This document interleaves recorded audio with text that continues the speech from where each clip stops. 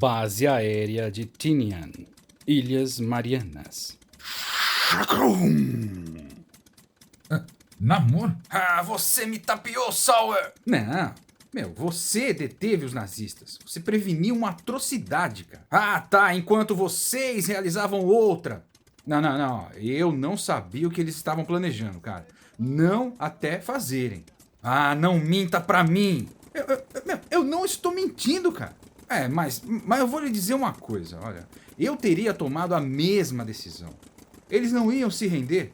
Nós íamos perder centenas de milhares de americanos numa guerra no solo, cara. E outra, Hiroshima era um alvo militar. É melhor vocês resolverem isso depois, porque você agora está no Cultura HQ número 24. Agora, se liga aí num vídeo documentário pequenininho que tem aqui no quadrinho de baixo. Se liga aí. Um registro, uma lembrança, apenas uma foto. Cada rosto uma vítima, uma história interrompida. 6 de agosto de 1945, 8h15 da manhã.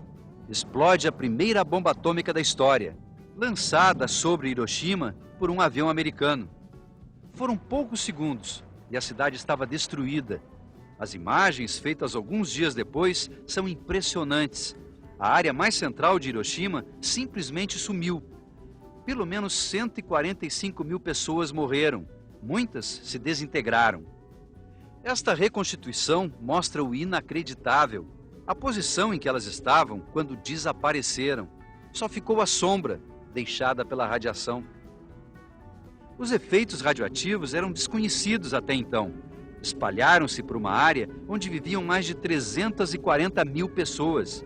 Como os homens estavam fora, na guerra, Hiroshima era uma cidade de mulheres e crianças, as grandes vítimas.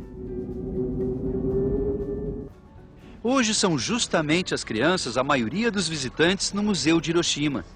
Aqui elas descobrem o que pouca gente sabe. Esta bola vermelha mostra que a bomba não explodiu no chão, mas a quase 600 metros de altura, o que aumentou o poder de destruição. Mas o registro, a lembrança, estão guardados no Museu de Hiroshima. As fotos, dezenas de milhares, são histórias interrompidas, memórias que não se apagam. Pois é, caro leitor de quadrinhos, essa então você já sabe que é o Cultura HQ que fala sobre a Segunda Guerra Mundial. E então nós vamos falar dessa revista aqui, vamos continuar as revistas dos Vingadores. Essa é a Vingadores número 12 de fevereiro de 2020. Nessa revista você já tem o começo da Guerra dos Reinos, já está até aqui no título, né? É a primeira vez que aparece a informação da Guerra dos Reinos na edição dos Vingadores. Mas a Guerra dos Reinos é o mega arco que está rolando dentro da Marvel, e agora em todas as revistas da Marvel vai ter alguma informação da Guerra dos Reinos. Tá? Então, só que no dia de hoje, no Cultura HQ de hoje, nós não vamos falar sobre esse arco principal, porque na verdade, para seguir o tema do nosso quadro do Cultura HQ, a gente acabou achando uma história perfeita. Porque assim, a ideia do Cultura HQ é trazer uma versão da cultura pop dentro das páginas dos quadrinhos. Quando a gente não encontra nada numa edição, a gente fala do arco principal e segue o jogo. Nesse caso aqui, o arco principal fala da Guerra dos Reinos, fala da criação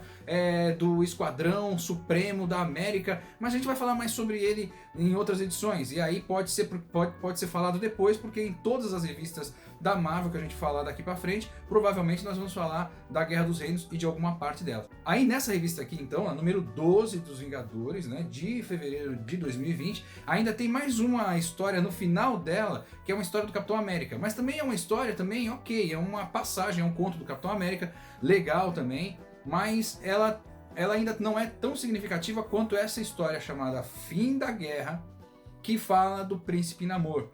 Príncipe Namor, alguns chamam de Namor, mas o Príncipe Namor, ele é um híbrido. Ele parece muito com o Aquaman da DC. Mas essa semelhança acontece porque ele também é de Atlântida, né? Ele também é filho de uma princesa de Atlântida, né? E ele também é filho de um homem humano aqui da Terra, certo? Ou seja, então ele tem semelhanças, sim, os dois têm semelhanças, né? O Aquaman com o Namor, mas o Namor ele começa a aparecer nos quadrinhos em 1939.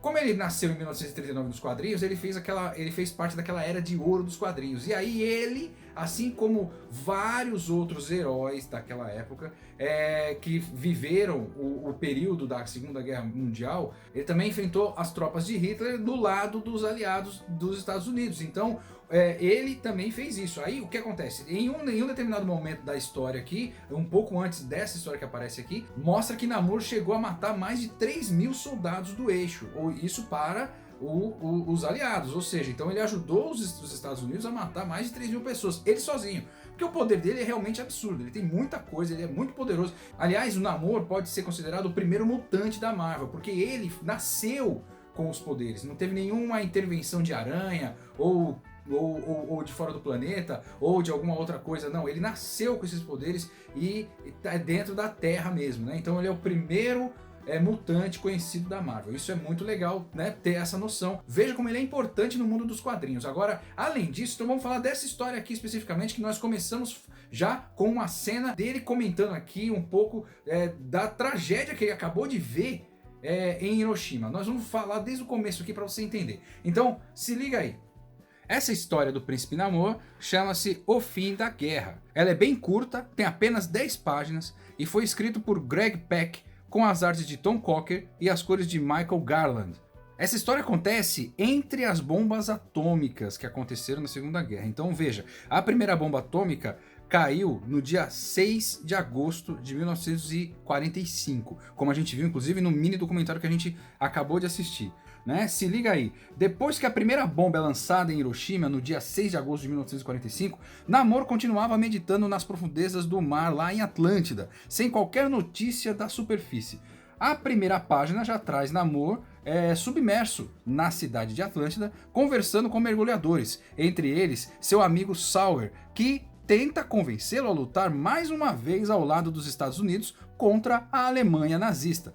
Mas aí ele acaba que no dia 7 de agosto, ou seja, um dia depois, Namor acaba cedendo e ataca os alemães que estavam realizando pesquisas militares na Argentina. Lá ele fica sabendo do que aconteceu lá em Hiroshima, no Japão, no dia anterior. E aí ele tinha que ver isso com os próprios olhos. Então ele sai da Argentina e vai voando para o Japão, usando a sua alta velocidade no ar, e quando ele chega lá no Japão, ele pode ver lá em Hiroshima, com os próprios olhos, todo o estrago que a primeira bomba atômica fez. Isso deixou o Namor completamente perplexo. 2 dias depois, na base aérea de Tinian, no arquipélago das Ilhas Marianas, próximo do Japão, ele se encontra novamente com Sauer, agora para discutir o absurdo da guerra. E foi ali no dia 9 de agosto de 1945 que Namor compreendeu que a maldade humana não tem limites e seria capaz de repetir aquela atrocidade quantas vezes fosse necessário para conquistar seus objetivos militares. Sauer tenta acalmá-lo, dizendo: "Que é isso, meu? Os Estados Unidos jamais lançaria outra bomba daquelas. Pelo menos não em tão pouco tempo." Então Namor pôde concluir que havia sim outra bomba e que o risco estava logo ali. Imediatamente se dirigiu para o Japão. Sobrevoando o Japão naquele instante, ele chega no exato momento em que o lançamento da segunda bomba acontece, e agora na cidade de Nagasaki. Tentando evitar o pior, Namor marca sua trajetória para se colidir com a bomba que estava em queda livre antes de bater no solo. A bomba então explode. Você lembra do documentário, certo? Ali no documentário a gente viu que a bomba atômica explodiu cerca de 600 metros acima do solo.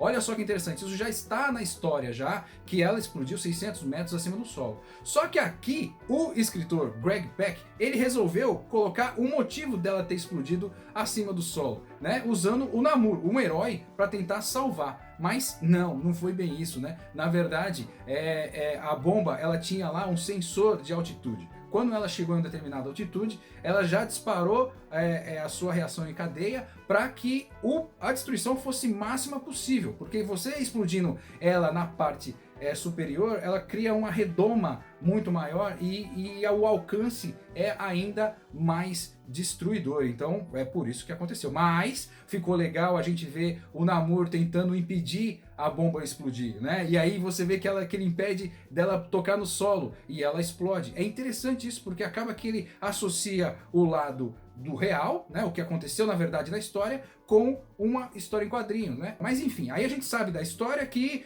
dias depois, no dia 14 de agosto de 1945, né, o Japão se rende de vez, acaba a Segunda Guerra Mundial de uma vez, e aí beleza. Aí depois, então, aí você vê nos quadrinhos, então se liga, nos quadrinhos existe ainda uma parte final mostrando os militares analisando todo aquele terreno e comentando a perda que foi o sumiço do Namor. Até porque, o que acontece? Naquele instante, ao final da Segunda Guerra, já estava muito claro que os Estados Unidos iria começar uma outra guerra agora com a Rússia.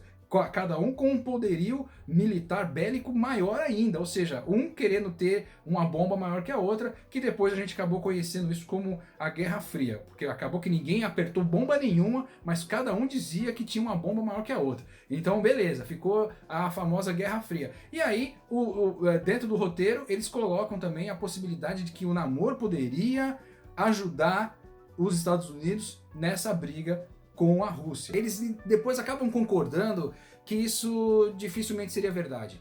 Se Namor viu as atrocidades e o estrago que os Estados Unidos fizeram lá no Japão, ele dificilmente lutaria novamente do lado dos Estados Unidos, cara. Né? Porque realmente o negócio não dá, um herói não aceita um negócio daquele, cara. Entende? Isso é um negócio realmente para se pensar. Muito bem, era isso que a gente queria falar para vocês. Agora nós vamos falar do quadrinho de capa. Esse quadrinho de capa que a gente escolheu hoje só pode ser esse aqui, esse momento da colisão entre o Príncipe Namor e a bomba atômica. Aí, esse quadro aqui, ele é muito representativo, porque ele indica muita coisa aqui. Ele está colocando um herói contra uma bomba atômica. Se liga nisso, o poder que tem um herói contra uma bomba atômica. Né? Isso é mais significativo do que efetivo, até porque explodiu tudo e fez aquela lambança, né, em Nagasaki, ou seja, não adiantou em nada. Mas é representativo a tentativa, a doação que o herói tem para tentar salvar a vida de qualquer outra pessoa, que mesmo que ele não conheça ninguém. Isso é interessante, esse lance da vida do herói. Outro detalhe, nessa imagem você pode ver que ele não encosta na bomba. Então não necessariamente foi ele que detonou a bomba, entendeu? Esse quadrinho, na verdade, ele não coloca também o choque do Namor com a bomba. Ele coloca, na verdade, a possibilidade, a tentativa de alcançar a bomba, mas a gente sabe que a bomba foi detonada antes. Então ela foi detonada antes do Namor chegar nela. Se liga, entendeu? Olha só como o negócio fica. Então realmente esse é o quadrinho da capa, né? O quadrinho mais significativo dessa história, né? Porque fala da bomba atômica, fala do Príncipe Namor, fala dos poderes dele nesse único quadrinho, né? Os Estados Unidos alegam que sem a bomba atômica o Japão não se renderia e que de 400 a 500 mil soldados americanos poderiam morrer numa possível invasão ao arquipélago japonês. É isso, eu espero que vocês tenham gostado. Se vocês gostarem, deem um like. A gente conseguiu então associar a cultura pop com as páginas dos quadrinhos. A gente vai continuar fazendo isso nas próximas edições também do Cultura HQ. Se a gente encontrar informação que associa a cultura pop às páginas dos quadrinhos, nós falamos na edição do Cultura HQ. Caso contrário, a gente fala apenas do arco principal que tiver naquela revista que a gente acabou de ler. Beleza? Muito bem. Se vocês gostarem, deem um like então, avise para os seus amigos, marque o sininho para receber novos vídeos do canal do Professor Paulo Góes e a gente se vê nas páginas dos quadrinhos. Boa leitura!